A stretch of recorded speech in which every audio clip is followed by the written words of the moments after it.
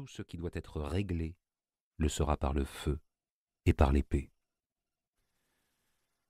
Ce petit livre est le récit de ces faits, écrit du point de vue d'un scribe aztèque et à sa manière, par image plutôt que par concept, dans le but de saisir le souffle d'un monde au moment où il sombre dans l'abîme et l'emprise glacée d'un autre qui prend sa place.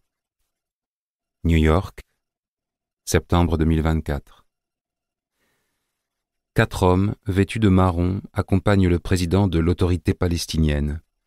L'un d'eux est un peu plus grand, un autre un peu plus gros, mais tous ont les mêmes cheveux gris, la peau rugueuse, la mine usée de bureaucrates ou d'anciens guerriers devenus bureaucrates. Lorsqu'ils s'assoient, leurs pantalons bruns remontent sur des chaussettes courtes, grises, qui plongent dans leurs chaussures bon marché. Alors qu'Abbas entonne son monologue sur la tragédie en cours, les hommes en marron restent parfaitement inanimés, une seule expression de vague regret sur les 4 visages. À un moment donné, leur chef établit un parallèle avec les guerres de 1948 et de 1967 qui ont contraint des centaines de milliers de Palestiniens à l'exil. Qui sait où eux se trouvaient alors? Tout juste nés, sans doute, puis adolescents, ballottés on ne sait où par les hasards violents de l'histoire. Leur expression ne change pas. Ils sont trop fatigués. Elle ne change pas non plus quand le président français prend la parole. Certains d'entre eux peut-être comprennent la langue. Les autres doivent attendre la traduction de l'interprète. Mais rien ne semble pouvoir percer le mur de leur épuisement, alors même que la conversation entre les 2 chefs d'État s'anime. Jusqu'à ce qu'un mot soit prononcé.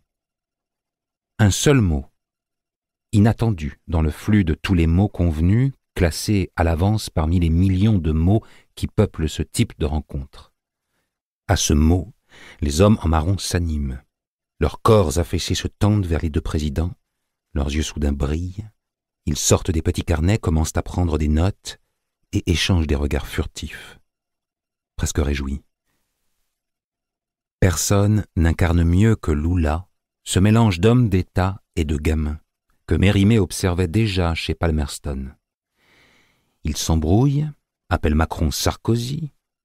Il en a trop vu, lui aussi, une vie d'ouvrier, 30 ans de lutte, la prison, puis 2 mandats de président du Brésil, la Bolsa Familia qui a tiré des millions de Brésiliens de la pauvreté absolue. Puis, la chute. À nouveau, la prison pour un scandale absurde. Et enfin, l'acquittement, la résurrection. Et à 76 ans, une nouvelle élection à la présidence. Aucun dirigeant au monde ne peut se targuer d'un tel parcours. Lula plaisante, il provoque, il a tout vu, mais il est encore capable de fulgurance. Il sait faire rire et il sait émouvoir. Il entre dans une salle pleine de chefs d'État et la fait sienne.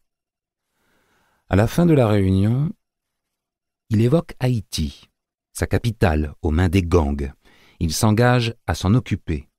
Le président français lui présente Dany Laferrière, justement ressortissant de là-bas. Lula s'enthousiasme, embrasse Dany, lui tape dans le dos comme un frère perdu de longue date.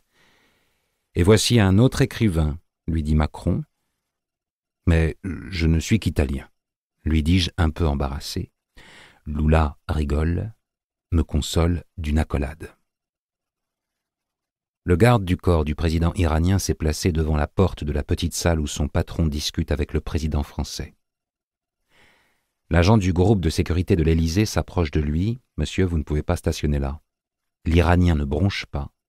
Le Français insiste. « Monsieur, je vois que vous portez une arme, c'est inadmissible. Vous êtes ici en territoire français. » L'Iranien le dévisage. « Mon président se trouve à l'intérieur. » Le mien aussi. Je vous assure qu'il ne risque rien. L'Iranien accepte de bouger de quelques centimètres. L'agent du Secret Service américain intervient à son tour. « Monsieur, vous n'avez pas le droit de stationner là. » L'Iranien ne bronche pas. « En plus, je vois que vous portez une arme. C'est inadmissible. Vous êtes ici en territoire américain. » Le Français a un moment d'égarement. L'Iranien en profite pour reprendre sa position d'origine devant la porte. « Monsieur, vous ne pouvez pas stationner là. » Et le manège reprend, depuis le début. Comme le Waterloo de Fabrice Del Dongo.